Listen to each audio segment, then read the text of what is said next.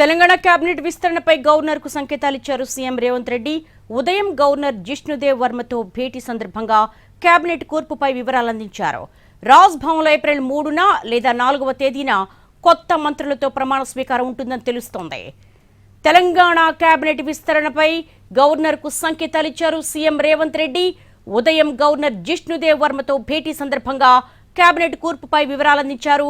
రాజ్ భవన్లో ఏప్రిల్ 3 లేదా 4వ తేదీన కొత్త మంత్రులతో ప్రమాణ స్వీకారం ఉంటుందని తెలుస్తోంది.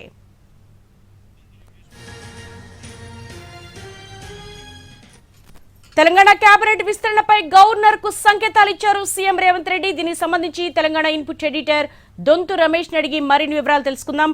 రమేష్, ఎట్టకేలకు కేబినెట్ విస్తరణకు సంబంధించి గవర్నర్ కు సంకేతాలు ఇచ్చారు.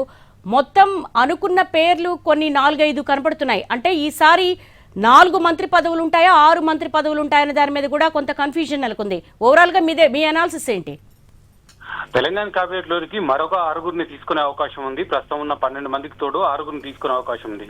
ఈ 6గురిలో 4 లేదా 5గురిని తీసుకోవాలని నిర్ణయించారు. ఈ మేరకు మొన్న ఢిల్లీలో కాంగ్రెస్ హైకమాండ్ తో జరిగిన చర్చల్లో ఒక కొలిక్కి వచ్చాయి ఎవరిని తీసుకోవాలనే అంశానికి సంబంధించి. ఈ రోజు ఉగాది శుభాకాంక్షలు చెప్పడానికి గవర్నర్ జిష్ణుదేవ్ వర్మను కలిసిన రేవంత్ రెడ్డి ఇద్దరు కలిసి కొద్దిసేపు మాట్లాడుకున్నారు. ఆ సందర్భంగా కేబినెట్ విస్తరణకు సంబంధించి కొత్తగా ఎవరెవరిని మంత్రివర్గంలోకి తీసుకుంటున్నాం, దానికి సంబంధించి మంత్రివర్గ ప్రమాణ స్వీకారానికి సంబంధించి రాజ్భవన్ లో ఏర్పాట్లు చేయాల్సిందిగా జిష్ణుదేవ్ వర్మను కోరినట్లు సమాచారం ఉంది. 3 లేదా 4 ఈ రోజు సాయంత్రం ఏదో ఒక తేదీని ఖరారు చేసి మీకు చెప్తాము, ఆ తేదీలోగా రాజ్భవన్ లో ఏర్పాటు చేయాలని ఆయనని గవర్నర్ ను అభ్యర్థించారు సీఎం రేవంత్ రెడ్డి.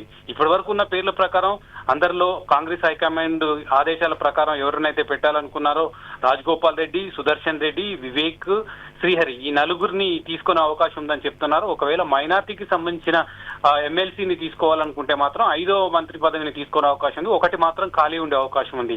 ప్రస్తుతానికైతే 4 పేర్లకు సంబంధించి షేర్ చేసుకున్నారు గవర్నర్ జిష్ణుదేవ్ వర్మతో సీఎం రేవంత్ రెడ్డి. ఇక 5వ పేరుకు సంబంధించి తేదీకి సంబంధించి 3న పెట్టాలా లేదా 4న పెట్టాలన్న అంశానికి సంబంధించి మాత్రం ఈ రోజు సాయంత్రంలోగా హుజూర్ నగర్ వెళ్తున్నారు. హుజూర్ నగర్ లో సన్న బియ్యం కార్యక్రమం ప్రారంభించి వచ్చిన తర్వాత ఆ విషయం చెప్తాను, ఆ మేరకు రాజ్భవన్ లో ఏర్పాట్లు చేయవలసిందిగా గవర్నర్ కోరారు.